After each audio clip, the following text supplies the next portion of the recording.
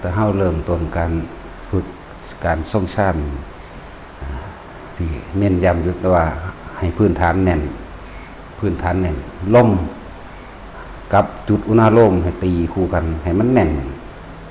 ให้มันตั้งมั่นให้มันมั่นคงจะพึ่งขามเอาจนว่ามั่นใจว่ายืนก็สามารถรู้ลมหายใจทำความรู้สึกกับลมหายใจเมื่อไหร่ปุ๊บอุณาโลมขึ้นปุ๊บพร้อมกันเดินขึ้นปุ๊บพร้อมกันหมายถึงลมกับอุณาโลมพร้อมกันเดินนั่งนอนทุกอริยาบทสามารถได้เลยต่อมาแต่ในระหว่างกำกึ่งกลางของมันสิโดดอยู่เด้ที่ว่าบางที่บ่มีลมก็ขึ้นปุ๊บเฮาสิสงสัยอันนั้นสงสัยอันนี้สงสัยว่าเอ้ากูคือบ่ได้จับลมมันก็เป็นนะทั้งว่าให้พื้นฐานมันแน่นเลยยืนรู้ลมจนเฮายืนปุ๊บสูดลมหายใจปุ๊บขึ้นอุณาโลมขึ้นปั๊บหรือสิขึ้นกลางหัวก็ตามสิขึ้นกลางหน้าผากก็ตามปั๊บทันทีเดินจงกรมนี่ฝึกให้มันตั้งมั่นเด้ฝึกให้มันบ่มันเคลื่อนที่ให้มันตั้งมั่นอยู่ในความรู้สึกเดียวลมกับอุณาโลมยืนเดินนั่งท่าใดก็ได้ท่านั่งอยู่ท่าใดก็ได้ยืนเดินนั่งนอนจนนอนก็ได้ทุกอริยาบทจนคล่อง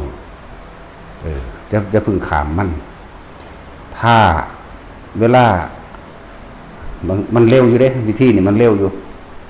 แล้วก็เวลาเฮาบางที่ที่เฮาสงสัยกูคือบ่ได้จับลมอุณาโลมคือขึ้นนอจังซี่นี่คืออย่าพึ่งขามกลับมาลมพร้อมก่อนซะก่อนจนกว่าจะมั่นใจในความรู้สึกว่าปฐมฌานวิตกวิจารหมายถึงเป็นผู้มีสติระลึกเป็นผู้มีสติรู้สึกตัวอยู่ในลมหายใจเข้าออกกับจุดอุณาโลมเกิดได้ทั้งยืนทั้งเดินทั้งนั่งทั้งนอนนี่ต่อมามันจะขึ้นของมันเองฌานที่สองสิเป็นเองเด้ปีติสุขเอกคตานี่หมายถึงอุณาโลมขึ้นเลยหรือขึ้นกลางหัวไปเลยก็ได้เนิบหนาบอยู่กลางหัวนิ่มน่วงอยู่กลางหัวตึงอยู่กลางหัวจังซี่ก็ได้แต่ถ้าตราบใดถ้ายังสงสัยอยู่กลับลงมาขั้นต้นซะก่อนนี่แหละให้กลับลงมาขั้นต้นมากลับลงมาขั้นต้นจนกว่าสิมั่นใจได้แล้วนะมั่นใจว่าอ๋อนี่คือฌานสองหมายถึงพอตาปิติเกิดปุ๊บหรืออุณาโลมเกิดนั่นแหละนิ่มน่วงๆกลางหน้าผากปุ๊บบ่มีความสงสัยอ๋อนี่คือฌานสองโหลดจังขามไปนั่นแหละ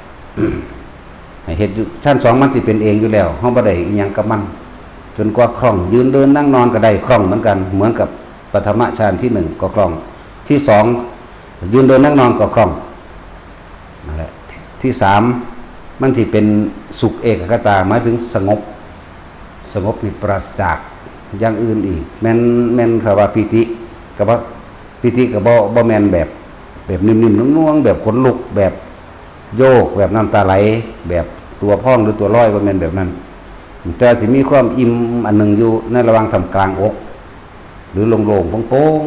ๆคือเรื่องว่าสุขเอกคตาก็หมายถึงความสงบเราจังสุขได้เป็นจังซั่น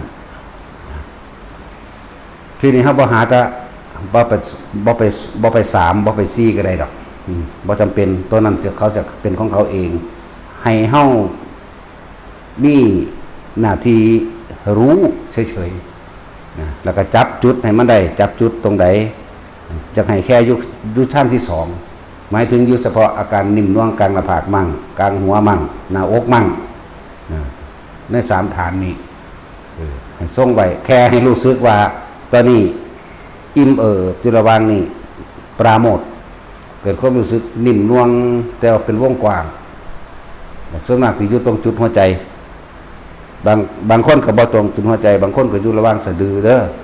สะดือหรือไตหรือเหนือจักน้อยก็ว่าไปนี่บางคนก็อยู่กลางหัวเลยบางคนก็อยู่หน้าผากบ่แม่นกลางคิ้วแล้วกลางคิ้วเป็นวิธีฝึกมันสิเกิดกลายเป็นเย็นๆอยู่ในกระดานหน้าผากนะให้ทุกคนรักษาอยู่แค่นี้ในระหว่างวันบ่ว่าจะทำการทำงานฉันเข่าหรือเดินบิณฑบาตเนี่ยทุกคนอยู่ชั้น2อยู่ชั้น2 หมายถึงบางคนก็ขึ้นกลางหน้าผากเลยนิ่มน่วงบางคนก็บนหัวเลยก็บ่ต้องสงสัยนี่คือสอง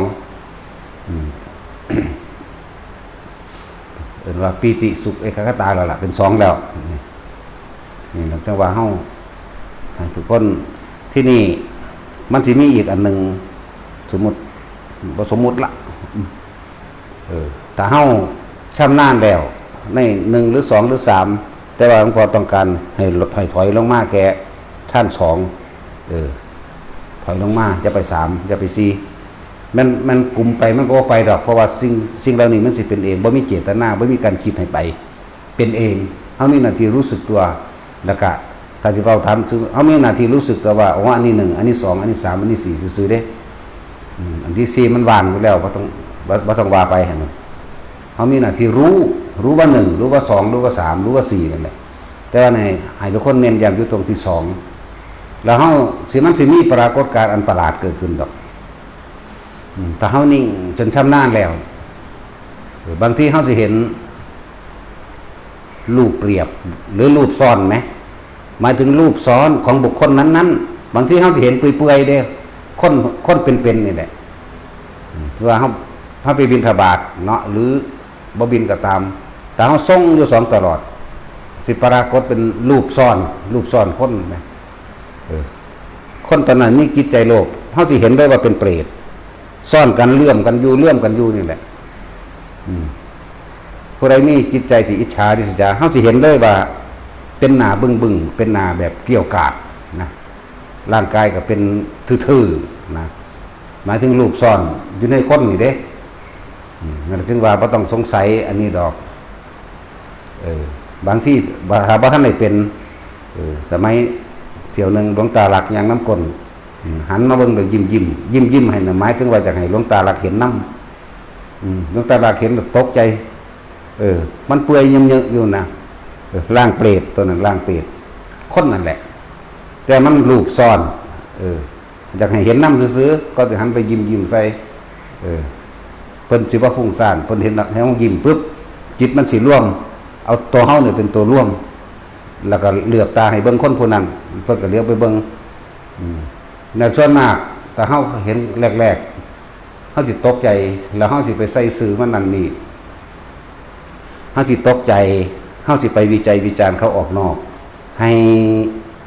สำนึกสำเนียกไปเลยว่าแต่ละคนให้เห็นซื่อๆอย่าไปใส่อย่าไปอีหยังกับมันอย่าไปแทรกแซงในสิ่งที่เห็นอันนี้เว้าให้ฟังเมื่อภายหลังซื่อว่ามันเห็นก็อยู่ซื่อๆจะเอาไปคุยกันอย่าไปเว้าซอยกันเจ้าเห็นคือข่อยบ่ก็บ่ให้ว่าเห็นเฉพาะตนเห็นไปแล้วก็แล้วไปมันสิเป็นการคิดนึกปรุงแต่งจินตนาการมันสิเกิดกลายเป็นจินตนาการหลอกไปเรื่อยเด้แต่ขอให้เห็นปุ๊บอย่าคิดอย่านึกปรุงแต่งให้เห็นเฉยๆให้เห็นหรือรู้เฉย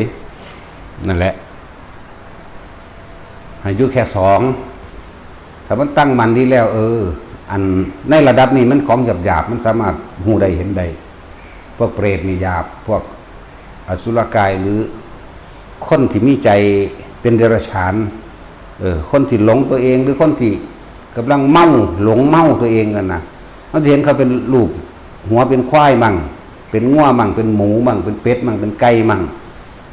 มันสามารถเห็นได้เบิดแหละเพียงแต่เฮาเบาหรือบ่เบาแต่นั้นเองมันสิแสดงออกมาทางความรู้สึกนั่นแหละอัตตวาทุปทานที่แสดงออกมาทางความรู้สึกของคนผู้นั้นให้หมู่พระเฮานั่นน่ะจำไว้เด้อบ่ต้องไปปรุงแต่งต่อจากนั้นบ่ต้องไปปรุงแต่งต่อจากที่เห็นบ่ต้องไปปรุงแต่งต่อจากที่ได้ยินบ่ต้องไปปรุงแต่งต่อจากที่ได้กลิ่นเข้าใจบ่ล่ะถือไว้แน่เด้อบ่ต้องไปปรุงแต่งต่อโอ้ยผู้นั้นเป็นเปรตบัดนี้มันสิอธิบายขยายความรูปร่างลักษณะท่าทางของผีของเปรตนั้นมันเลยเป็นการปรุงแต่งต่อมันเลยเป็นการใส่ความเห็นเข้าไปเพิ่มให้เห็นเฉยๆว่าเป็นแบบนั้นละแล้วไปนี่จำไว้อันพวกกันแต่บิณฑบาตเฮาต้องจับ2ให้ได้ตลอดถ้ามันตั้งมันคงดีแล้วอันทั้งหลายแล้วนั่นสิผ่านครับมันเหมือนกับจูนขึ้นใส่มิติเดียวกันจูนขึ้น นั่นแหละให้ชื่อไว้ม่วนเห็นแล้วก็อย่าไปบอกว่าอู้แบบนั้นแบบนี้แขนก็เปื่อยๆเนาะมีหนอนน้ำเนาะนี่บ่ต้องแต่งต่อจากนั้นให้เห็นเท่านั้นก็พูดเพียงเท่านั้นโอ้เป็นลักษณะเปรตเนาะพ่อแต่ไม่รอกันก็ดีนั่นแหละบ่ให้ปรุงแต่งต่อเด้โดยปรุงแต่งต่อในวัดนี่เฮาก็หลายบ่ต้องห่วงดอกนั่นแหละมันสิออกมาตอนมันสิออกมาตามอารมณ์ความรู้สึกผู้ใดคิดนึกแนวใดมีอารมณ์แบบใดมันสิออกมาเองเฮาก็เห็นเบิดนั่นแหละแต่เฮาบ่เว้าซื่อนั่นแหละแต่อัวบ่ต้องห่วงแล้วถ้าว่าไปบิณฑบาตเพียงแต่ว่ากูบ่เฮ็ดหยังแล้วกูบ่เบิ่งกูปิดเลยลักษณะนั้นได้เพราะว่ามันเต็มไปเบิดด้วยสัตว์เดรัจฉานที่รูปเปรียบรูปซ่อนเขาเข้าใจว่ารูปซ่อนในร่างคนนั้นรูปล่างๆอ่ะนะผู้นี้เป็นเปรตก็ฮู้โลดผู้นี้เป็นอสุรกายก็รู้โลดหน้าบึ้งตึงเคร่งเครียดเส้นเอ็นขึ้นตามหน้าตามตากระปูดกระโปนออกมาแต่ว่าบ่เป็นเปื่อยว่านี่ตึงกระมึงเครียดนะลักษณะนั้นนั่นแหละป่านนี้พวกหัวสัตว์นี่เยอะนะแล้วมีผู้หนึ่งมันเอายางสติ๊กใส่หัวที่ดีหรอกเนาะหลวงตาลักจากไงหลวงตาลักเห็นน้ำซื่อๆดอกเบิ่งบักหานั่นวะใส่เกือบแท้น้ำเด้สกปรกบักตายผากนี่แต่สิ้นคิดออกบ้างเนาะหลวงตาลักคิดออกว่านั่นแล้วจะเป็นคือเขาวะเห็นชัดเจนดีเลยตัวอวยให้ไปเบิ่งให้เห็นน้ำอยู่ไหมทั้งสั้นแล้ว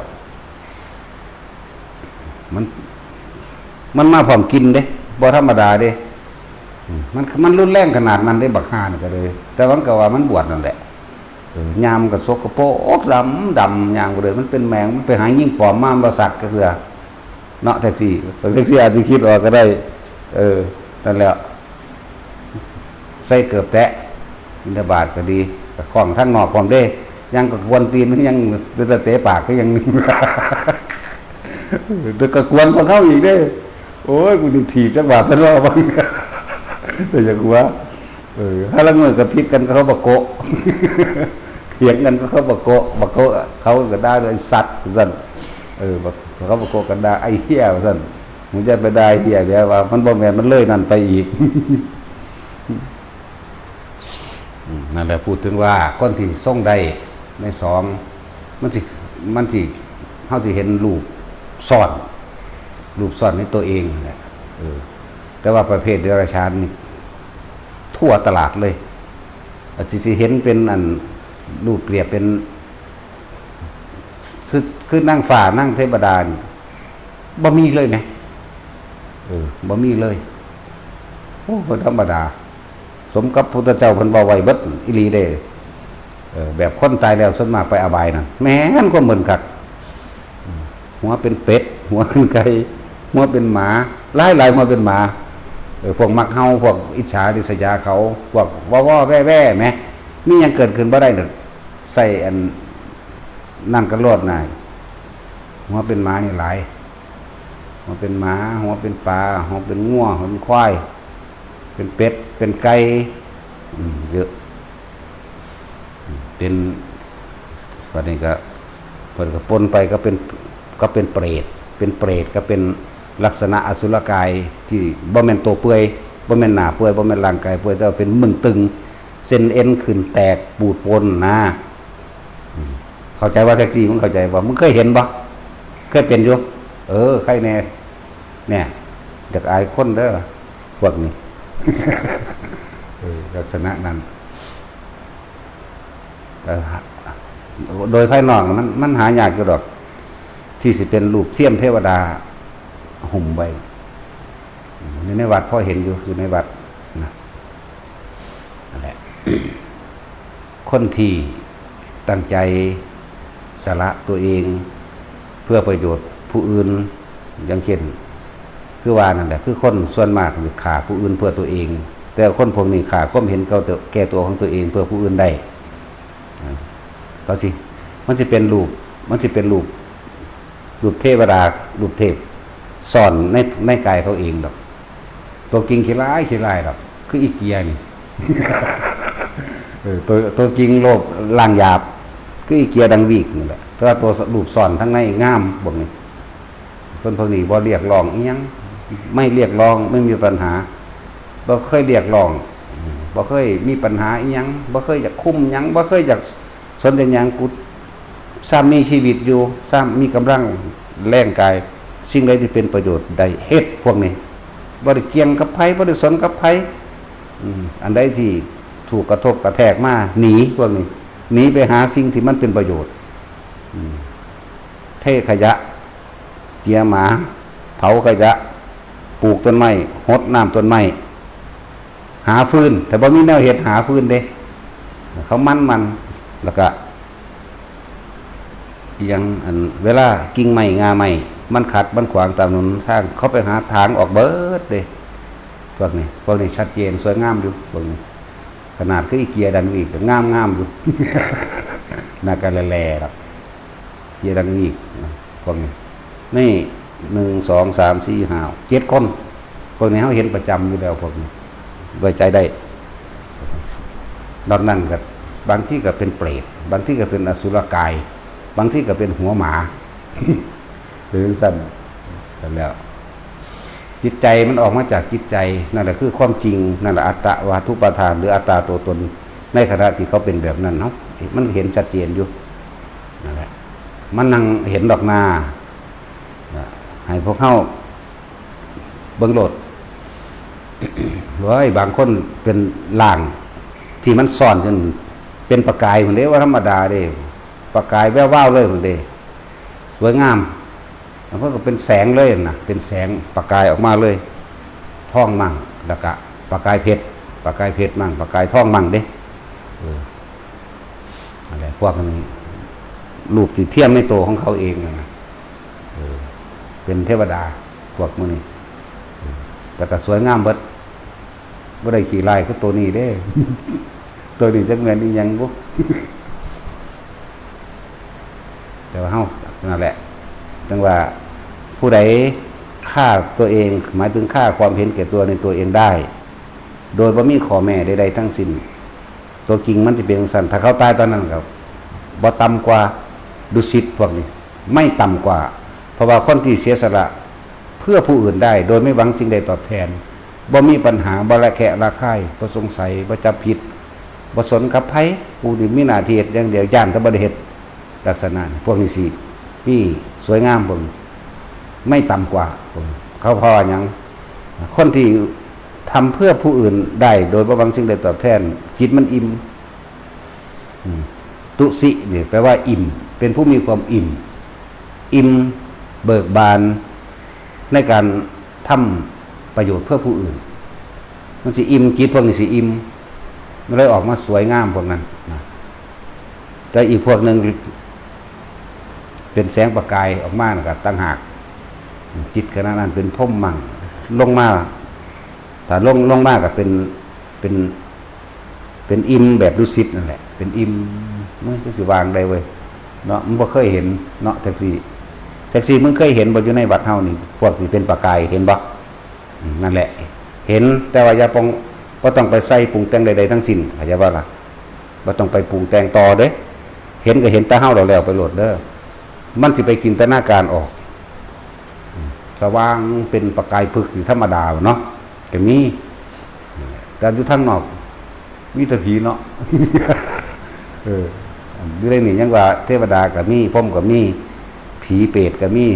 หมาก็มีหลายอย่างนั่นแหละให้รักษาความเป็นปกติของเจ้าของไว้พวกนี้ก็เลยใน6-7 คนเคยเห็นนั่นใดก็เห็นไปนั่นบ่จำเป็นต้องมาเรียกร้องใดๆหรือว่าต้องมาตำหนิครูบาอาจารย์แม่นตำหนิแล้วครูบาอาจารย์ก็บ่ต่ำลงแล้วก็บ่สูงขึ้นเพิ่นก็อยู่ซ้ำเก่าอย่าเรียกร้องอย่าเอาใดๆทั้งสิ้นพวกนี้สวยงามแล้วถือว่าเป็นปกติแล้วก็รักษาระยะการเวลาต่างๆเป็นเครื่องพิสูจน์ระยะทางพิสูจน์มาการเวลาพิสูจน์คนพวกนี้รักษาความเป็นปกติได้เป็นผู้มีจิตเป็นความอิ่มบ่เรียกร้องบ่หวั่นไหวยอมได้พวกนี้นั่นแหละจังสิเอิ้นว่า ฆ่าตัวเองเพื่อผู้อื่นใดถ้าความเห็นแก่ตัวความคิดใดๆในการที่แสดงความเห็นไปในทางที่เสนอแนะหรืออยากเป็นผู้นำบ่มีสำหรับเขาพวกนี้ท่านแหละพวกนี้เขาก็ของเขาก็เห็นอยู่นะเขาก็บอกไปตามเขาเห็นนี่นะ รักษาความเป็นกลางใบใดพวกนี้คือมีแต่ทั้งที่สูงขึ้นเท่านั้นนั่นแหละพวกนี้6-7 คนนี่แหละอยู่ในนี่แหละบ่เรียกร้องเมื่อยอยู่ห่างบ่จมเมื่อยแต่ไม่บ่น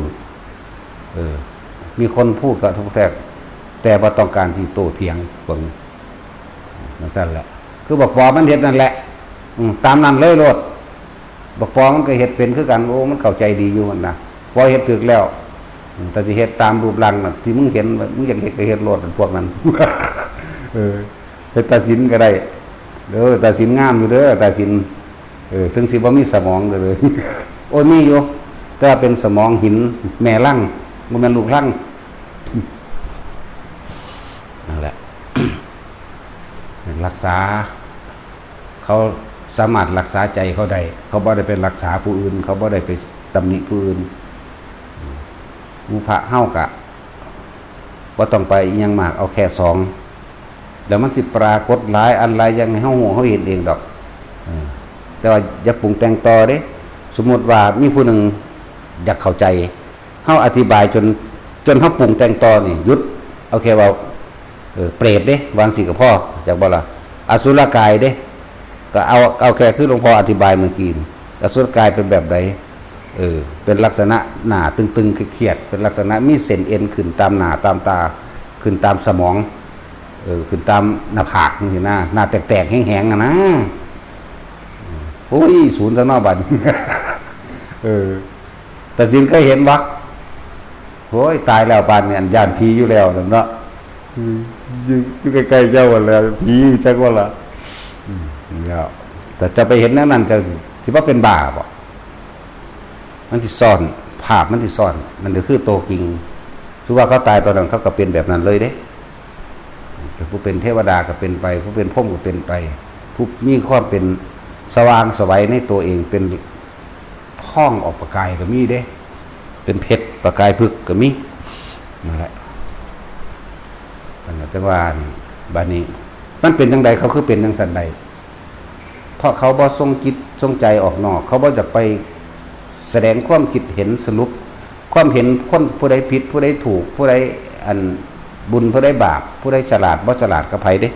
เขาสิเฮ็ดเฉพาะเขาเองเขาสิเฮ็ดเฉพาะเขาเองแล้วเขาสิควบคุมความคิดเจ้าของเองคำพูดของคนอื่นไม่สามารถทำอะไรเราได้หากเราควบคุมความคิดของตัวเองได้ใจบ่ล่ะบ่อาจสามารถเฮ็ดหยังเฮาได้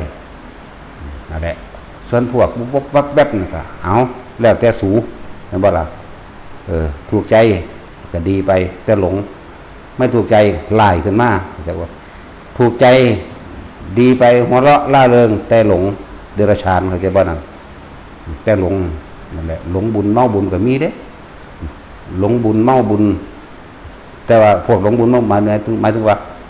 อ้างว่ากูเฮ็ดหลายอ้างว่าถ้าบ่มีกูสู้เฮ็ดไปบ่ได้เข้าใจว่าล่ะอ้างพวกนี้ได้พวกนี้เป็นแบบนั้นหลงบุญเมาบุญเลยเป็นเดรัจฉานไปได้บ่ธรรมดาเด้นำมื้อนี้นั่นแหละพาเพิ่นก็เว้ากันคือดอกผู้เพิ่นรู้จักนั่นน่ะโอ้ผู้นั้นคือประกายพึกสวยงามแต่จะปากมันสิเหลืองบอกนั่นแหละเวลาเฮาอยากลงไปก็หรือว่าพุ่นตัวมากเฮาก็เว้ากันแน่ผู้นั้นนะปาดโตเดี๋ยวเบิ่งก็คือเป็นประกายพึกคักแท้จังซี่ก็มีเด้บางมือก็ทองบางมือก็ประกายพึกออกแสงเพชรนะล่างมันสิระยิบระยับเลยเด้ดังที่มันเลื่อมกันไว้นั่นน่ะซั่นแหละก็มีหลายองค์อยู่ที่เขาเจ้ารู้ได้แต่ว่าบอกว่าบ่ให้เว้าอยู่ซื่อๆอยู่เฉพาะเจ้าของรู้ก็รู้ซื่อๆจะไปปรุงแต่งต่อว่าเขาเป็นไผคือหยังเป็นหยังต่อไปเขาสิไปสายตายแล้วยาคอยรู้ในปัจจุบันพ่อ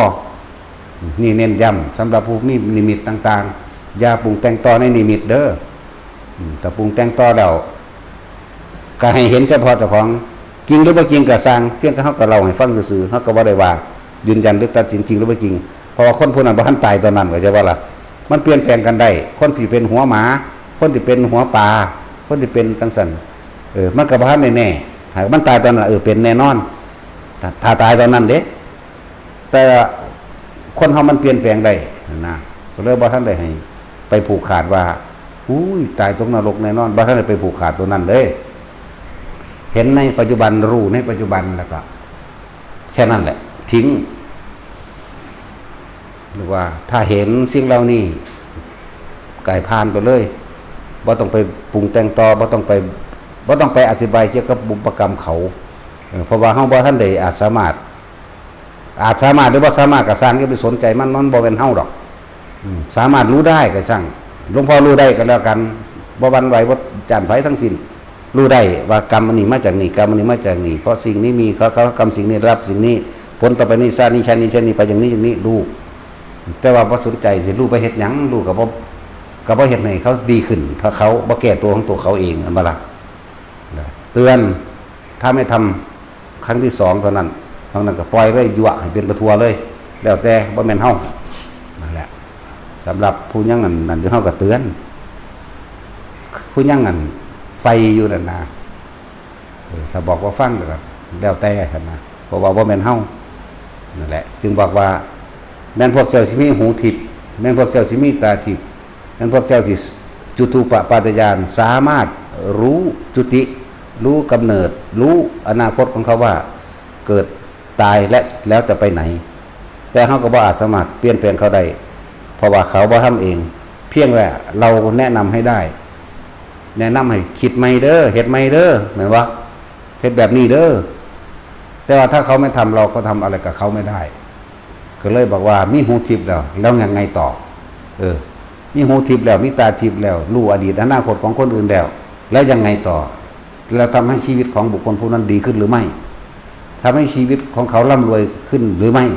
ทำให้เขาไปสวรรค์ได้หรือไม่ทำให้ไปนิพพานได้หรือไม่จึงบอกว่าผมก็บ่ให้ค่าสิ่งเหล่านี้มันก็รู้เฉพาะตนกับพ่อให้บ่ล่ะบ่ให้ไปหลงไหลบ่ต้องเป็นต้องไปฝึกอย่างอื่นดอกมันสิฮู้สิเห็นมันเป็นของมันเองดอกบ่ฮู้บ่เห็นก็สร้างมันบ่ฮู้ตัวหังดีเนาะมันจังบ่ได้หลายอย่างมันหลายอย่างก็เด้แต่ฮู้มาโอ้ยเลียตัวเขาแน่ดึงเขามาสู่อุเบกขาทันทีเลยได้เฮาแล้วแต่นะแต่ฮู้เห็นอยากบอกเขาอยากเตือนเขาอันนี้แหละบางที่มันเป็นแค่ความคิดซึ่งบ่ทันเป็นความจริงก็มีเพราะว่าอย่างอาสวะหมายถึงอารมณ์มันยังของอยู่ในความพอใจกับบ่พอใจเข้าใจบ่ล่ะบางที่ไปเห็นแบบนั้นปึ๊บโดยอำนาจของสมาธิฌานเนาะสามารถเห็นได้อย่าไปบอกเขาเจ้าเป็นแบบนี้แบบนี้ให้เฮ็ดทั้ง4ได้เขาบ่ฟังความเขาหัวร้อนศูนย์ได้บัดนี้แม่นบ่ล่ะเข้าใจบ่ล่ะอารมณ์ที่คล้องอยู่โอ้ยกูอุตส่าห์หวังดีนั่นก็เลยเกิดกลายเป็นโมโหสั่งแม่มึงนั่นแต่อารมณ์เจ้าของออกเองบัดนี้เข้าใจบ่ล่ะนั่นแหละจึงบอกให้แต่ละคนเห็นเฉยๆเห็นเฉยๆเห็นพร้อมได้กินพร้อมเด้มีหลวงตาลักก็เห็นเหลือบตาให้เบิ่งน้ำอยู่มาแล้วแรงสั่นให้เห็นน้ำเสือดอกว่ามีปัญญาอย่างไรเถ่าซื่อๆเนาะตาจินดาเราตาจินดาหลวงตาลักก็จังซั่นแหละให้เห็นน้ำให้มั่นใจว่ามันสามารถทำได้มันเป็นจริงจริงเฉพาะตัวของแต่ทั้งพันเลยยืนยันว่าเขาสิเป็นทั้งสันไปเลยดอกบางที่เขาเปลี่ยนไม่ก็ได้จิตใจของคนมันบอบแวบมันบ่เที่ยงดอกเดี๋ยวคิดดีเดี๋ยวคิดร้ายแต่ถ้าดีโรคกับอบายเบิดดีโรคอบายไล่โรคยิ่งนรกประโลดต้องห่วงถ้าว่าไล่นี่นรกเบิดจึงบอกว่าทุกคนมาที่นี่มาทำไมมาเพื่ออะไรจากว่าล่ะมาทำไมมาเพื่ออะไรมาเป็นทนายบ่ตัดสินว่าผู้นั้นดีผู้นี้บ่ดีบ่มาเป็นไม้บรรทัดวัดคนอื่นบ่หรือมาเป็นตุลาการบ่จัดแจงอันนั้นนี่ทุกอย่างบ่หรือเป็นผู้จัดการบ่จังซี่นะจังซั่นแหละบ่ได้ละหยังจักอย่างพวกจังซี่ แต่ว่าคนที่มาละความเห็นแก่ตัวของตัวเองได้นั่นน่ะเขาสิบ่สนใจไผสิเว้าไผสิว่าไผสิแนวใดก็สร้างเขาสิหาวิธีที่ทำประโยชน์เพื่อผู้อื่นได้พวกนี้คือจังเฮาเห็นกันแบบมันบ่อยู่บ่เศร้าเลยพวกกระปอกกระแปกพวกกระปอกกระแปกนี่ป้าเฮ็ดน้ำคนธรรมดาเฮ็ดได้อยู่บ่เป็นพวกนี้อย่างนั้นบ่มีแนวเฮ็ดคักๆมันพากันไปหาเก็บฟืนเด้พวกกระปอกกระแปกแต่ว่านี่มันน้อยคือกันเบิดเอาเลยบ่เรียกร้องบ่ตำหนิบ่นินทาพยายามรักษาใจเจ้าของพวกนี้นั่นแหละพวกนี้เฮาก็เห็นอยู่ถ้าสู้ตายตอนนั้นสู้กลับไปเลยโลดบ่มีปัญหาให้เฮ็ดตามนั้นให้รักษาระยะให้รักษาระดับใจของเจ้าของนะ ให้รักษาระดับความรู้สึกของเจ้าของให้เป็นกลางให้กลางยิ่งกว่านี้อีกแต่ก็สร้างต่อเพราะว่าตอนนี้เขาทรงอารมณ์มันเป็นกุศล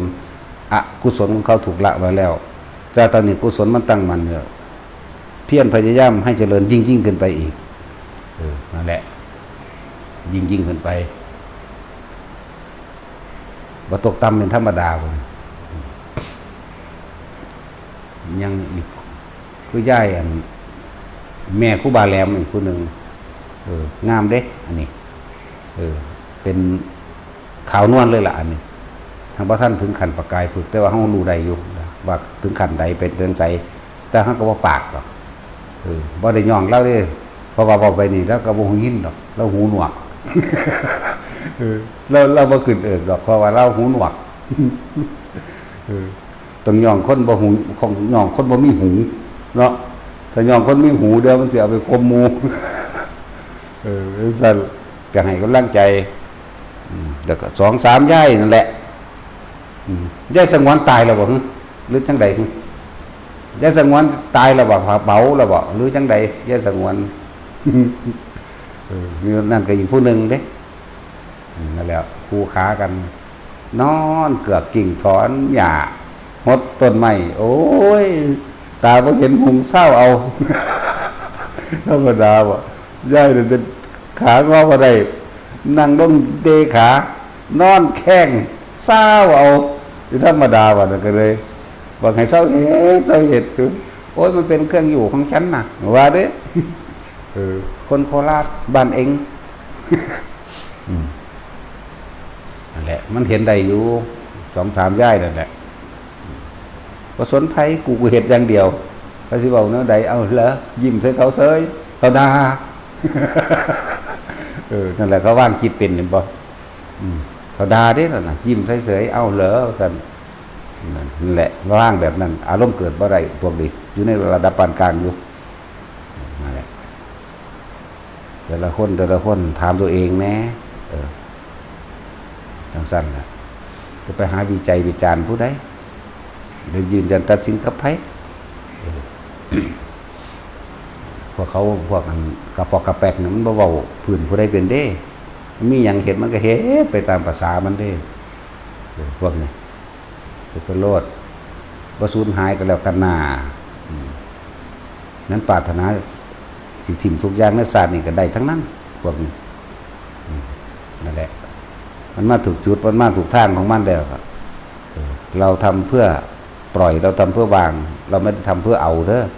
ยิ่งก็นี่อีกปล่อยออกไม่กระทั่งกุศลก็บ่เอาเลยล่ะบัดนี้เพราะว่าอกุศลเขาละได้เด็ดขาดแล้วเพราะใน6-7คนนี่7เด็ดขาดแล้วบ่มีอกุศลเขามาแทรกได้แม้จะมีคำกล่าวตู่ใส่ร้ายแม้จะมีคนเว้าแม้ขณะหลวงพ่อก็ด่าอยู่ตลอดเด้บ่ได้ย่องจักเทื่ออีหน้าแหละโลดเด้ อีปุ่งโลดแล้วอีแหลมอีจันแหลมอีอันซิ่งวิ่งมื้อนี้เขาก็บ่มีความน้อยใจของเขาเด้ดีใจหัวเสยเด้จังซั่นแล้วเขาบ่มีความผิดหยังแต่ว่าด่าหนักๆเขาก็ยิ้มเฉยอยู่เด้สู้จนหีเขี้ยวอ่ะโอ้ยหาวทะเลนอยากได้ผัวอยากเซิงหีขึ้นบักนี่เขาหัวว่าซั่นเด้นั่นแหละมันไปกระทบเขาอยู่บ่นั่นแหละจังซั่นแหละเฮาก็ฮู้ก็เห็นเฮาสิทดสอบไปเรื่อยพวกนี้ นั่นแหละ สั้นใน6-7คนเขานั่นแหละกับพ่อกับแป๊กรุ่นเดียวกันใส่เดียวกันสิไล่คือกันปั๊บ สิไล่คือกันเบิดพอกันมันไปต้องกันโอ้นั่นแหละธาตุดีก็ไล่เข้าสู่ธาตุดีธาตุเสียก็จำเข้าสู่ธาตุเสีย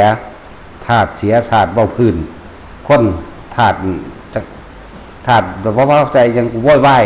ก็สิไล่เข้าสู่ธาตุเสียธาตุรู้เข้าสู่ธาตุรู้ธาตุบ่รู้ก็เข้าสู่ธาตุบ่รู้เด้คือสั่นแหละถูกต้องแล้วแหละธรรมะจัดสรรสิแยกของมันเองโดยที่บ่ต้องแล้วก็บ่มีผู้ใดควบคุมเขาได้เขาเป็นตัวของเขาเองพร้อมเขาฟังความหลวงพ่อว่าส่งอารมณ์เป็นกุศลหรือเอาธรรมอันเป็นกุศลเป็นไงเขาบ่หวั่นไหวเขาเฮ็ดไปของเขาพวกนี้เฮ็ดไปโลด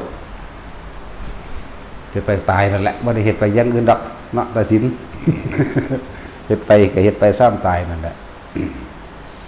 พระเฮาเวลาออกบิณฑบาตให้ส่งอยู่2เอาเด้ออยู่บางองค์ก็อยู่หน้าผากบางองค์ก็อยู่บนหัวบางองค์ก็อยู่ท่ามกลางอกท้องก็แล้วแต่ใดทั้งนั้นองค์ใดว่าท่านได้เป็นจะไปเย่อยิงเด้จะไปหาทำท่าอมภูมิเด้มันบ่มีภูมิให้อมดอก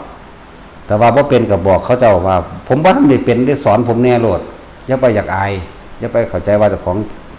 เป็นแล้วเก่งแล้วความรู้จำนำเข้ามาเว้าความนั้นความนี้นั่นน่ะมันเป็นแค่แนวทางซื่อๆเด้เว้าหยังขึ้นตัดเขาเจ้าว่ารู้เบิดนั่นน่ะมันบ่รู้จักหยังเฮ็ดซึ้งลึงเฮ็ดคือบ่ฮู้จักหยังเลยแหมคือเขาเว้าให้เฮาตะกี้ล่ะเห็นบ่งกงักๆไปเฮ็ดบ่จักหยังเด้มาฮู้มาภายหลังนั่นน่ะเพียงได้ระบาดนี่ก็คือเก่าล่ะเฮาก็เลย เฮาก็เป็นคือเก่าล่ะเป็นบ่รู้หยังคือเก่าล่ะนั่นแล้วคนที่แสดงตัวเองว่าตัวเองเรียนจบสูงมั่งว่าตัวเองเป็นนั่นเป็นนี่มั่งนั่นคือคนบ่รู้จักก็ล่ะคือเขาว่าเฮาน่ะอ่านบาลีก็บ่ออกเอ้ยจะเป็นเกกิเขาว่าหันบ่ล่ะจักกิว่ากิแล้วมึงก็ปลูกจักไผแล้ว ก็ในเมื่อมันเปิดเผยแล้วก็เปิดทันตัวเนาะเห็นบ่ล่ะเป็นน้ำพ่อใหญ่อันนั้นแหละไปเปิดไว้แกได้ปอท่อ6ก็เป็นเนตรหมู่เด้อซั่นแน่อันผู้ใหญ่ๆก็ได้ปอท่อ3นึงแน่เนาะอยากอายเฮาได้บัดนี้เนาะเห็นบ่หรือบ่อายก็บ่ฮู้จักดอกว่าเพราะว่าเฮาก็บ่มีความอาย เฮาบ่มีความอยากอายยังเป็นเด้พอด่าคนก็ด่าโลดเนาะพอได้อีหาอีหยังมีเบิดนั่นแหละเว้ากับมวลสุภาพเรียบร้อยอีกแล้วก็แท็กซี่บอกแต่ความจริงเด้บ่โกหกมันซั่นแล้วนั่นแหละถึงบอกว่าจะไปอวดภูมิจะไปอวดว่าเจ้าของรู้จะไปอวดว่าเจ้าของเก่งจะไปอวดว่าเจ้าของเรียนจบนั่นเรียนจบนี่เฮ็ดซักงักไปโลดเขาบอกยังก็เฮ็ดซึ้งลึงอยู่โลดบอกยังว่าบ่โลดให้มันฮู้ภายหลังนั่นแหละฮู้ภายหลังแล้วก็บ่มีหยังกับเฮาดอกมันก็ซื่อๆอยู่คือเก่าเนาะจังซั่นล่ะหลายอยู่เด้พวกวายเฮาตะกี้แต่สุดท้ายก็แล่นมาหาเฮาคือเก่าแล้วมาขอนั่นขอนี่คือเก่าจังซั่นแล้วนี่แหละมันทั้งสิแสดงออกมาทั้งกายภาพคนที่มีจิตใจที่บริสุทธิ์ในความคิดของเฮานี่คำว่าทำร้ายเบียดเบียนให้ผู้ใดผู้หนึ่งเสียชีวิตและทรัพย์สินทั้งคนและสัตว์บ่มีเด้ทั้งมนุษย์และอมนุษย์นี่บ่มีเลยบ่มีความคิดบ่มีศีลเข้าใจว่าล่ะบ่เคยบ่มีความคิดว่าสิไปทำร้ายเบียดเบียนไผเลยบ่มีเลยการตั้งใจเจตนาในการรักษาบ่มีแล้วจักว่าล่ะมันเป็นของมันอยู่แบบนี้นั่นแหละบาดนี้ก็คนที่บ่ไปเบียดเบียนผู้ใดมันมีความโลภอยู่บ่มันอยากได้หยังอยู่บ่คนมีความโลภเลยจังไปหาเบียดเบียนทำลายผู้อื่นได้แม่นบ่ก็แสดงว่ามันบริสุทธิ์แบบนี้แล้วมั้งต่างๆคนบ่รู้พี่รู้ก็แล้วกันน่ะจังซี่น่ะเวลามันเกิดบุญต่างๆมันเกิดขึ้นบ่ว่าผีบ่ว่าคนกับผีก็มีมานำกันนั่นแหละจักว่าล่ะนี่แหละมันก็แสดงออกทางจังซี่ล่ะให้เห็นแบบคนคือมาหลายแหละพวกมาบวชนำก็คือมาบวชหลายแท้ เขาก็คือบ่ได้เว้าอีหยังว่าเจ้าของเป็นนั่นเป็นนี่เห็นบ่มันคือมาเอาเองได้ซั่นนี่แหละมันก็ออกทางนี้หมายถึงมันแสดงออกทางนี้ทางรูปวัตถุทางรูปธรรมใดบ่ได้ไปเว้าว่า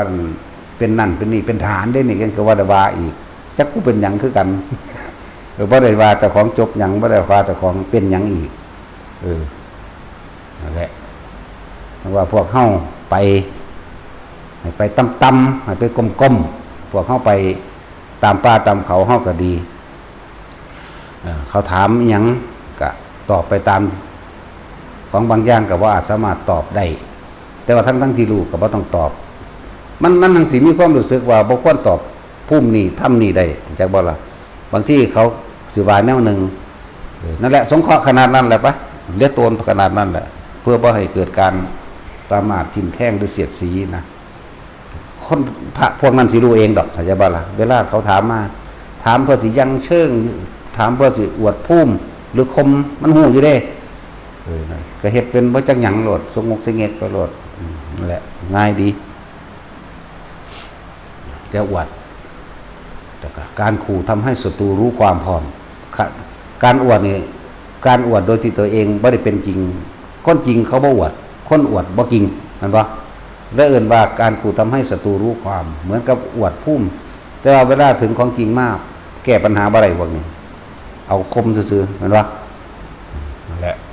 เลยว่าบ่ต้องไปว่าแต่ของจบหยังเด้อภาษาใบประกาศที่มีหีแมงหยังฟาดทิ่มประกาศซื่อๆจังคือหลวงพ่อเคยเว้าไว้นั่นแหละจบปริญญาแล้วจังใดเฮ็ดให้ผู้ใดมีชีวิตดีขึ้นเฮ็ดให้คนเป็นเศรษฐีขึ้นได้บ่เฮ็ดให้เขาเศร้าป่วยได้บ่แต่ของจบปริญญาตรีโทเอกอ๋อนี่เป็นนายร้อยนายพันนายพลบ่แล้วจังใดอีกเฮ็ดให้คนอื่นบ่เจ็บบ่ปวดบ่ป่วยได้บ่นั่นบ่นั่นแล้วโอ้อันนี้เป็นโสดาสิกขานั่นทางแล้วเลยจะไปเว้าจังว่าล่ะเป็นอรหันต์บ่เป็นแล้วจังใดอีกถ้าว่าเจ้าเป็นอรหันต์เจ้าห้ามความเจ็บความปวดความป่วยผู้อื่นได้บ่เห็นบ่เจ้าเอาสวรรค์นิพพานให้คนอื่นได้บ่เจ้าบรรลุธรรมให้เขาได้บ่คือบอกว่าตำหนิเขาเราเฮ็ดหยังได้นั่นบ่ซั่นคือพวกเขาเว้าอยู่เรื่อยๆนั่นแหละอันนั้นผิดอันนั้นถูกว่าเจ้าของรู้น่ะนะว่าแล้วก็ไปว่าผู้นั้นผิดแต่ก็ไปว่าผู้นี้ถูกแล้วยังไงต่อถ้าตัวเองนั่นสามารถเฮ็ดให้คนอื่นไปนิพพานได้บ่บรรลุนิพพานให้เขาได้บ่ชื่อไว้เด้อไว้ก็ดีจะไปแสะกับไผอยู่ซื่อๆโลดให้เขาแสะมาซะก่อนเฮาจังมาเว้ารวบเอาที่หลังก็ได้หรอกเนาะเว้าซื่อๆได้ล่ะทั้งเสียก็ด่าโคตรพ่อโคตรแม่มึงดูโคตรปู่โคตรย่าโคตรตาโคตรยายเบิดโคตรนั่นแหละนั่นแหละเน้นย้ำหมู่พระสงฆ์เฮาให้อยู่โดยปกติคือชาติ2ชาติ2คือบางคนก็อยู่กับอาการนิ่มนวลบนหน้าผากปีติสุขเอกคตามัน2อยู่แล้วแต่ว่าเฮาให้รู้จักคำว่าจุดเดียวก็บ่แม่นว่าสิมาตั้งอยู่หน้าผากได้คำว่าจุดทำความรู้สึกที่เป็นหนึ่งเอาความรู้สึกที่เป็นหนึ่งรู้สึกเดียวนั่นแหละหน้าผากมั่งกลางหัวก็รู้สึกเดียวมั่งกลางอกก็รู้สึกเดียวมั่งถึงแม้ว่าอาการอย่างอื่นจะพาหมายถึงว่าแทรกซ้อนขึ้นมามันแทรกซ้อนอยู่ดิบางที่เฮาอยู่ในความรู้สึกนิ่มนวลกลางหน้าผากขนลุกวืดขึ้นมาอย่าไปสนใจตัวขนลุกเข้าใจว่าล่ะบอกหลายเทื่อเด้อันพวกผ่านอาการปิติบ่ได้นี่ถามอยู่เรื่อยๆโอ้ยมึงบ่มีสมองหยังบ่เนาะบ่จำบ่นะเกิดขึ้นจากหยังครับจังซี่โอ้ยมันบ่ฟังบ่ว่าให้หยุดนี่จังว่าล่ะนั่นตัวสงสัยนั่นแหละตัวอยากหาเหตุตัวอยากสงสัยนั่นน่ะนั่นแหละตัวเฮ็ดให้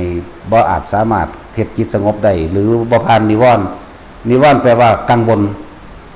อยากรู้ตรงนั้นตรงนี้จังซั่นบ่ต้องไปสงสัยว่าเกิดขึ้นจากหยังแล้วก็บ่ต้องไปสนใจว่าร้ายหรือดีผีหรือคนผิดหรือถูกให้จับความรู้สึกเดียวอยู่หน้าผากบางคนที่มีความรู้สึกเดียวอยู่กลางหัวบางคนมีความรู้สึกเดียวอยู่กลางอกก็ให้จับความรู้สึกเดียวบ่ต้องไปใส่สื่ออย่างอื่นขนลุกแทรกซ้อนวืดวาด หรือร่างกายโยกหน้าโยกหลังโยกซ้ายโยกขวาเวียงเฮาก็ใส่ความรู้สึกหยุดมันได้อยู่แล้ว แต่ว่าต้องไปสนใจหาเหตุผลคือหยังกับมันให้หยุดเหตุหยุดคำว่าหยุดเหตุคืออย่าไปหาสาเหตุว่าคือหยังนะแม้กระทั่งการเห็นก็เหมือนกันอย่าไปสนใจว่าคือผีคือเปรตหรือเป็นญาติกูบนอเขามาโมทนาบุญบ่แต่ว่าเป็นผีเป็นเปรตก็ดีเห็นว่าล่ะถ้าเป็นเทวดาก็บ่ต้องไปสนใจสิดีใจอีหยังแต่เฮาสิเปรียบเทียบยังง่ายๆนวงอยู่หน้าผากหรือบนหัวกระสางเหมือนกับเฮาเห็นต้นไม้นั่นแหละเข้าใจว่าล่ะเหมือนกับเฮาเห็นเสาไฟมั้ยเสาไฟต้นไม้ทุกต้นคิดนำทุกต้นอยู่บ่คิดออกอยู่บ่แท็กซี่มึงบ่ได้คิดนำจักต้นแม่นบ่แล้วมึงกังวลกับต้นไม้ที่มึงเห็นบ่ก็บ่เสาไฟก็เหมือนกันเหมือนกับเฮาเห็นเสาไฟเหมือนกับเฮาเห็นต้นไม้เฮาบ่ได้สนใจสิ่งนี้น้อมนำเข้ามาคิดเลยเรื่องต้นไม้เรื่องเสาไฟคนก็เหมือนกันเนี่ยให้เทียบเทียบแบบนี้เทียบให้เข้าใจคนหลายๆเฮาก็บ่คิดนำจักคนเลยนี่แหมเฮาสิทุกข์นำเขาอยู่บ่บ่มีบ่แม่นบ่แน่ก็กลางก็ว่างมันจังซั่นตัวสัตว์ก็เหมือนกันเอ้ามันก็เทียบเอาหลายๆนั่นเลยสิบอกส่วนอันนู้นแนวหลายเนาะสิบอกไปฮอดกี่โปมฮอดกี่หลีดพุ่นบ่เจออีหลีเด้อพอกันจังซั่นก็ดีเด้ถามโอ้ยลูกเขาอีห่านี่ถามเอาซอกแซกเข้าไปจนว่ากระต่อยอดเอาเองนี่แหละเนาะเพราะงั้นสิไปบอกวัตถุอันนั่นแหละ จับความรู้สึกตัวณจุดใดจุดหนึ่งนิ่มๆนวลๆบนหน้าผากหรือบนหัวบางข้างก็หน้าตึงแบบนี้เป็นคือให้ไตบ่ล่ะเหมือนกับให้ไตมั้ยกับแมงไหม้ไตเนี่ยบางคนก็เอามือลูบออกรูปแล้วรูปกับรูปแต่ว่าจะปรุงแต่งต่อว่าคือหยังเด้รูปกับรูปมันเป็นธรรมดาบางคนก็เป็นร่างนั่งอยู่นี่นั่งท่าใดก็ได้เด้อเหมือนร่างกายตัวเองนี่ยืดขึ้นเด้ให้จับจุดเดียวจื้อไว้เด้อเพราะหมู่สงฆ์เฮาจับจุดเดียวอยู่หน้าผากนี่ยืดก็รู้ว่ายืดอย่าไปยืดตามมันรู้ว่ามันเป็นแบบนั้นรู้ว่าโอ้เป็นสูงขึ้นแล้วอย่างก็แล้วแต่คือรู้ไปกับมันรู้ว่ามันหดลงมั่งรู้ว่ามันวูบลงดิ่งลงข้างล่างมั่งก็รู้อย่าไปหาสาเหตุเข้าใจว่าอย่าหาสาเหตุมันก็นั่งขมองอยู่เข้าตัวร่างกายอันนี้เข้าใจว่าล่ะเดินจงกรมก็เหมือนกันบางที่ทางจงกรมคอยสูงขึ้นเหมือนกับเฮาเดินอยู่ระหว่างก่อนสิฟ้าพุ่นเด้ที่จริงอันเลื่อมตาอยู่อันนึงอันจักสิอันใดเลื่อมตากันแน่ดอกในระหว่างเหมือนเดินบนก้อนเมฆแต่ก็เดินทางจงกรมนี่ทางจงกรมเหมือนไปวางอยู่บนก้อนเมฆแต่ว่าอันตัวเฮาเห็นปกติอยู่ได้ล่ะให้จับความรู้สึกเดียวเหมือนเดิมลงหน้าผากหรือบนหัวหรือคนอยู่ที่กลางอกก็ให้รู้อยู่กลางอกรู้สึกตัวเด้นั่นแหละมันสิไปจังซั่นก็สร้างมันบางทีมันก็สูงขึ้นซ้ำไปใหม่บางทีก็มันก็เป็นเหมือนกับเดินจมลงไปในดินเด้แหวกดินลงมาบางครั้งเวลามันเป็นแบบนั้นคนหลอกหนังเข้าใจบ่คนหลอกหนังบ่มีหนังในตัวเลยแต่ว่าเป็นเลือดเต็มสะอยู่ตาก็บักใหญ่โมโลเด้คนบ่มีหนังมันตาใหญ่เด้ซ้ำกำปั้นเด้โมโลอยู่พึบลงมาสิคือเฮาก็เห็นเฮาก็ย่างไปย่างมาสมัยแรกเริ่มต้นแรกที่เฮาเห็นเฮาก็อุทิศบุญเด้รู้จักว่าล่ะตกรอได้ล่ะรู้จักว่านี่นั่นแหละส่งออกนอกนั่นแหละคือเพิ่นส่งจิตนอกก็ดีอุทิศบุญแล้วอิเมนาบุญจักเมนะอุปชัยญาคุณอุตราจาริโยสันยังบ่เศร้ามาหลวงตาก็ด่าแล้วโอ้ยอิ่มหน้าเก่งโหแม่งบ่สิได้แดกว่าเพิ่นว่านั่นแหละแต่ที่2เฮ็ดใหม่แต่ที่3ที่4ที่5บ่สนใจเลยไปนั่นแหละจึงบอกว่าเฮาฝึกทำให้มากทำให้บ่อยเดี๋ยวก็ชินกับเหตุการณ์ต่างๆที่มันเกิดขึ้นชินกับเหตุการณ์ต่างๆโอ้มันก็หลายอย่างเนาะชินกับการเห็นอันผีชินกับการเห็นสัตว์ประหลาดต่างๆสัตว์ชินกับการเห็นร่างกายที่เน่าเปื่อยชินกับการเห็นร่างกายที่หน้าทะมึงตึงเป็นเส้นเอ็นแตกเส้นตาของขวางพวกนี้ชินกับการเห็นเหมือนเทวดาชินกับการเห็นลูกเทวดาชินกับการเห็นมูนาคครุฑคนทันกุมพันหลายๆอย่างที่ใช่มันชินแต่มันชินแล้วมันสิชาเฉยเองดอก จึงบอกว่าทุกคนฝึกไปเรื่อยเถอะแล้วก็เวลามันเกิดนั่นขึ้นก็จะนำเข้ามาใส่ใจให้เหมือนกับเฮาเห็นต้นไม้ทุกต้นเห็นเสาไฟทุกเสาแม้นสิ่งนั้นจะเป็นรูปเปรียบอันน่าเกลียดน่ากลัวรูปอสุรกายบ่รูปเปรตบ่ได้ทั้งกลิ่นพร้อมเด้หรือจะเป็นรูปเทวดาใส่สบายมั่งหรือใส่อิหยังที่เกี่ยวกับคือมงกุฎมั่งก็บ่ต้องไปสนใจใส่มันแม้นพระสงฆ์องค์เจ้าอันเป็นแม้นเพิ่นสิเว้าว่าเราคืออานนท์เราคือโมคคัลลาเราคืออันนั้นนี่ก็สร้างอย่าไปฟังจะไปใส่จอใจอย่าไปคิดตามเด้แม้นเป็นพระพุทธเจ้าก็สร้างอย่านำเข้ามาว่าจริงว่าจังมันสิหลงเว้าไปนำเด้บัดนี้เว้าผู้เดียวเด้บัดนี้เนาะหลวงตาหลักเว้าผู้เดียวเด้นี่ถือฟ้ามือแน่จังเศร้าโอ้ยพอแต่พุทธเจ้ามั่นลุกขยายขึ้นนั่งคุบเขาไหวระบาดนี่โอ้ยพระเจ้าข้าสันโอ้ยพระเจ้าข้าพวกนึงเขาปีนต้นไม้เลยจากว่าสิปีนหลังคาบ่จะปีนหลังคาได้ยางเคิบข้าพวกข้าพระเจ้าเหาะแล้วเบ็ดลงกันเด้เป็นมีอยู่เด้เพื่อขึ้นหลังคาสิเหาะอีกผู้นึงขึ้นต้นตาลแล้วโอ้ยเราจะมันยากผู้ไปน้ำแหมงดอกขึ้นต้นตาลก็มีได้เลยสิมันขึ้นไปได้จังได้นะยังอ่ะเต็งหนึ่งว่าสันเต็งสองเต็งสามก็ยกมือขึ้นเราจะเหาะแล้วสันเบ็ดปนหนึ่งบ่เป็นอย่างเด็กแต่โอ้ยเนาะมันยากเนาะมันตายมันนี่กูเขาจะว่ากูขามันดีกว่าเนาะมีเบ็ดแนวหมดนี่นั่นแหละแม้นเห็นลูกไฟดวงไฟสิเป็นแดงก็เขาว่าแดงก็บ่แม่นแดงเปรตเลดจักบ่ล่ะบ่แม่นแดงแบบนั่นน่ะแดงสมๆมาก็สร้างอย่าไปสนใจแม้นสิเป็นประกายพุทธก็อย่าสนใจให้เห็นซื่อแม้นจะเป็นดุจดังว่าอีเกิ้งแปลว่าดวงจันทร์ก็ตามจะไปสนใจบางที่ก็เป็นขาวนวลสวยงามนิ่มก็อย่าคิดปรุงแต่งไหมเห็นอยู่ซื่อบางที่ก็เป็นประกายผูกวาบมาเด้หลายอย่างเขียวก็มีเหลืองก็มีดุจดังอัมพันธ์ก็มีเราไม่ได้สนใจคำว่าบ่สนใจคืออย่านำเข้ามาคิดว่าคืออะไรเป็นอะไรพอของบางอย่างแต่มันหัวมันเป็นนั่นเป็นนี่แล้วมันจังไดต่อมันเฮ็ดให้เฮาบรรลุเลยบ่หรือมันเฮ็ดให้เฮาตกต่ำเลยบ่มันบ่ล่ะ มันหลายอย่างอยู่เด้อันเพราะว่ารู้ว่าเห็นแนวมื้อนี้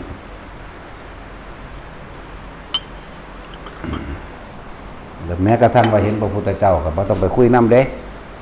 นี่คือดวงตาหลักเราคุยนำเด้ว่าอีหลีซะได้พูดแล้วเว้าผู้เดียวฟุ้มอยู่หั่นแหละเราไปบ่มาใครอยู่ตัวบ่ทันได้ถึงสีธัญญาพวกหนึ่งมันถึงแล้วเด้มันบอกบ่ฟังบ่แม่นดึกอ่ะว้ายเห็นแล้วอาจารย์บ่เห็นคือผมว่าเด้โอ้ยบ่เห็นก็บ่เห็นกูบ่เห็นคือมึงก็แล้วกันกูเห็นซื่อๆกูบ่ได้เห็นคือนั่นแหละอันนี้เกี่ยวกับพวกวิปลาสเรียนว่า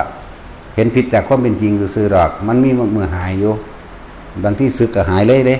บางแค่รอให้เฮากังวลแล้วก็แล้วซึกไปก็หายเด้เพียงสั้นแหละหลวงตาเทพเราก็เคยเป็น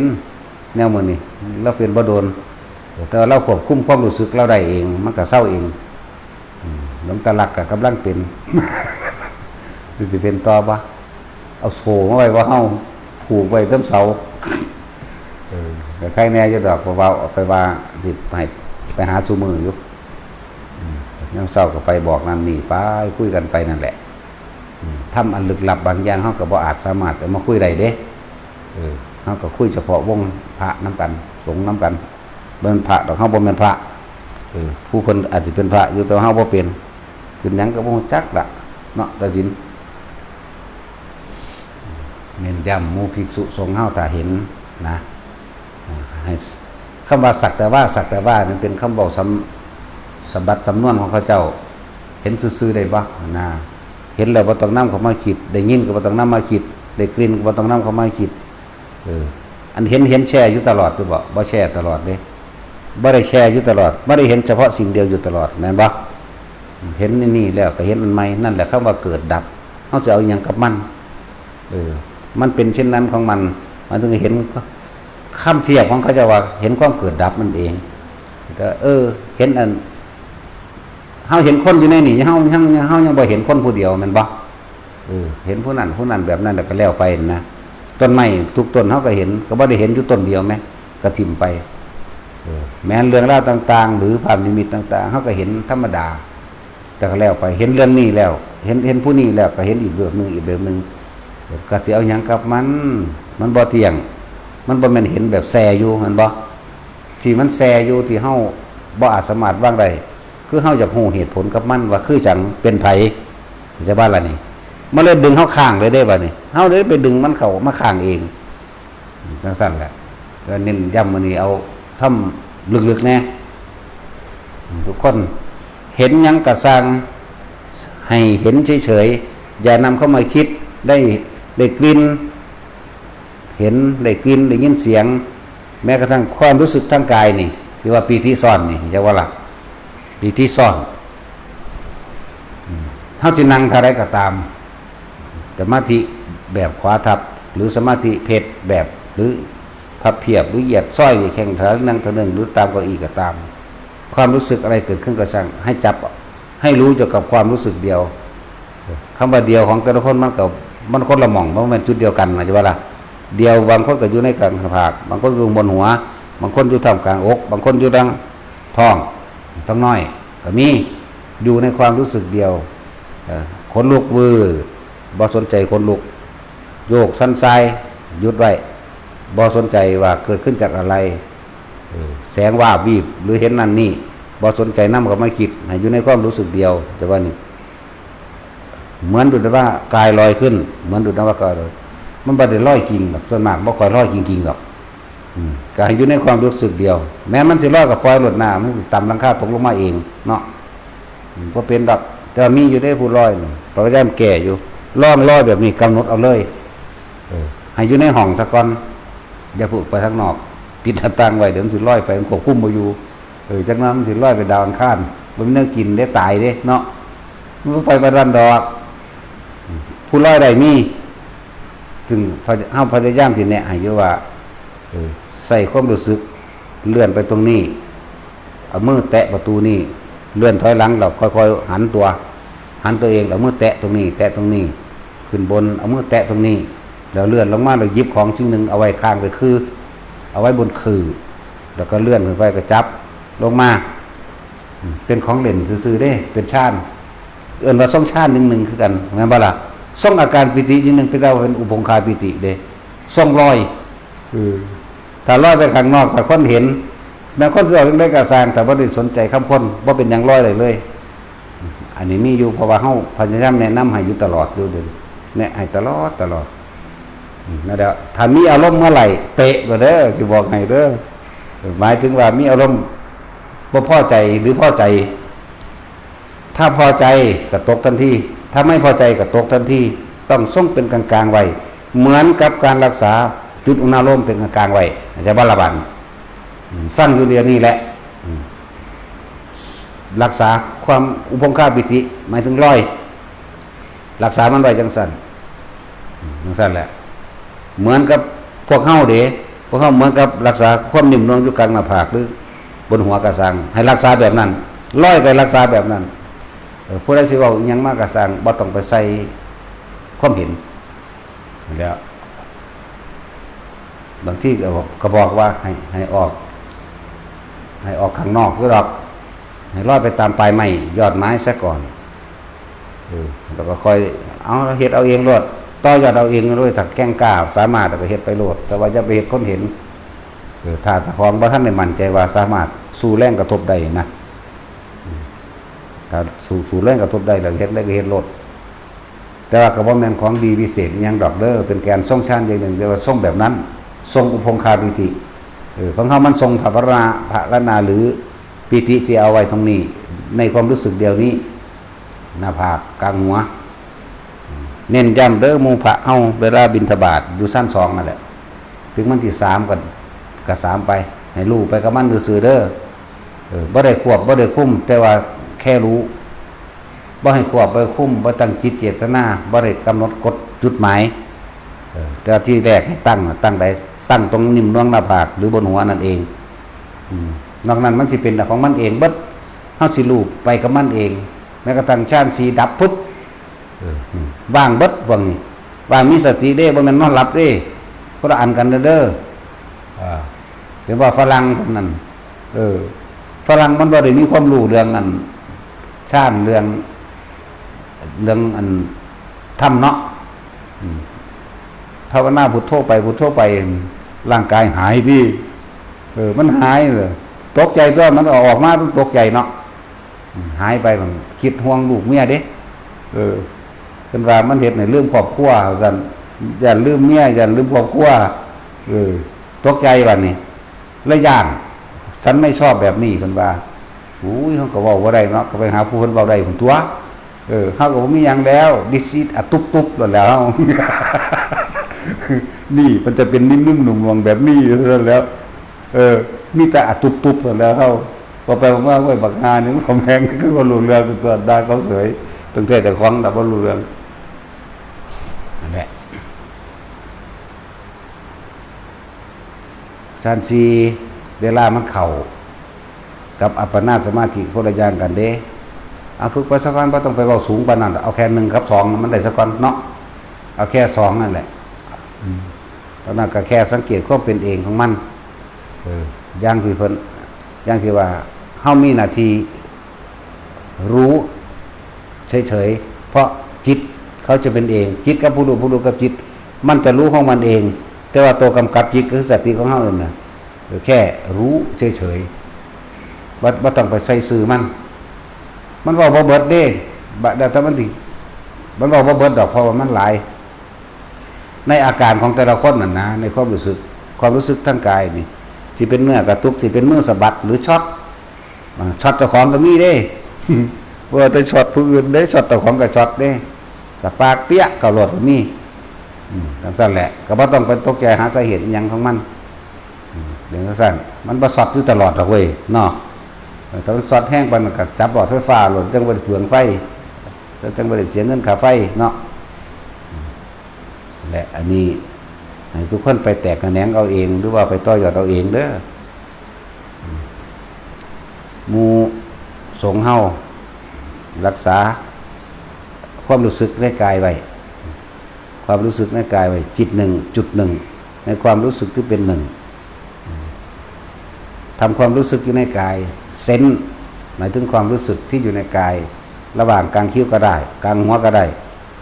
แล้วแต่มันจะเป็นไปนั่นแหละแต่บ่ต้องบังคับว่าให้อยู่ตรงนั้นตรงนี้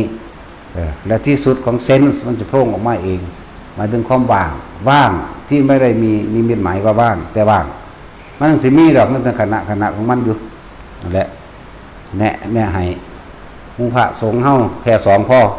3เขาจะเป็นเอง4จิตจะเป็นเองหรือ5 6 7 8ก็สั่งถ้าเป็นอย่างคือว่า5 6 7กะอรูปฌานแหละมันก็เกิดของมันเองอยู่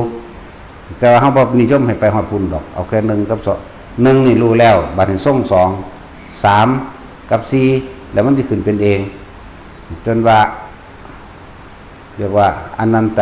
ริกะสมาธิบ่จักให้สนใจศัพท์พวกนี้ปานใดดอกเพราะว่ามันสิเอาหนังสือมาเทียบใส่กันโพดเนาะมันเป็น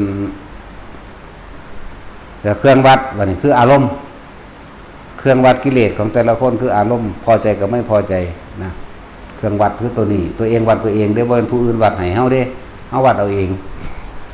ได้แรงกระทบกระทั่งเข้ามาปุ๊บนี่ความพอใจก็ไม่เกิดความไม่พอใจก็ไม่เกิดเข้าใจบ่ล่ะพอใจมากอารมณ์เกิดช้าเกิดเร็วหรือระงับได้เร็วได้ช้าเป็นเครื่องวัดตัวเองเอาเด้อสิโสดาสกิทาคาอนาคาอิหยังก็แล้วแต่คนผู้นั้นสิรู้ในตัวเองเข้าใจบ่ล่ะผู้อื่นบ่รู้ได้ซ้ำคือเฮาดอกเฮาก็รู้ในตัวเฮาเองมีแต่ตำราว่าพระพุทธเจ้ารู้ได้หรือพระนั้นไม่รู้ได้รู้บ่รู้ก็สร้างจะไปวันไหวจะไปเกรงว่าสิให้ผู้นั้นผู้นี้รับรองให้ตัวเองรับรองตัวเองเด้เข้าใจบ่ล่ะโมโหกับตัวเองหูจุดในตัวเองตัวว่าโมโหดีใจกับตัวเองรู้อยู่ในตัวเองตัวไม่ดีใจไม่เสียใจกับตัวเองรู้ในตัวเองตัวเนาะ นั่นแหละฝึกให้อยู่ในอันความรู้สึกตัวณจุดเดียวกลางหน้าผากมั่งหัวมั่งท้องมั่งก็แล้วแต่แล้วเบิ่งความกระทบกระทั่งคำด่าคำสรรเสริญการได้มาการเสียไปต่างๆนั่นแหละที่เดินว่าโลกธรรม8ที่มันกระทบกระทั่งนั่นแหละมันบ่มีอารมณ์ทางในมีแต่หยุดเร็วก็อย่างหนึ่งอย่างว่าล่ะพอใจก็บ่พอใจมีแต่หยุดเร็วนี่ก็อยู่ระดับหนึ่งบ่ต้องถึงขั้นขีดสุดมันก็ได้ดอกให้ไปเรื่อยๆคอยรักษาความรู้สึกในกายได้ปีติปราโมทย์เกิดขึ้นอิ่มเบิกบานอยู่ในใจไผเว้าหยังกูก็หัวแม่นบ่หัวออกเสียงกูก็หัวในใจยิ้มไปในใจกับพ่อไผสิด่าก็ตามไผสิแนกก็ตามแหละไผสิด่าก็ด่าไปแม่นสิมีการต่อสู้กันโต้เถียงกันแต่ว่าภายในมันบ่มีเด้มันเป็นอย่างหนึ่งก็คือบอกว่าถือดอกอันแนวมันนี่แต่คนบ่เคยเป็นเนาะเฮาก็บ่เคยเป็นคือกันล่ะเนาะแต่สินสมาทาน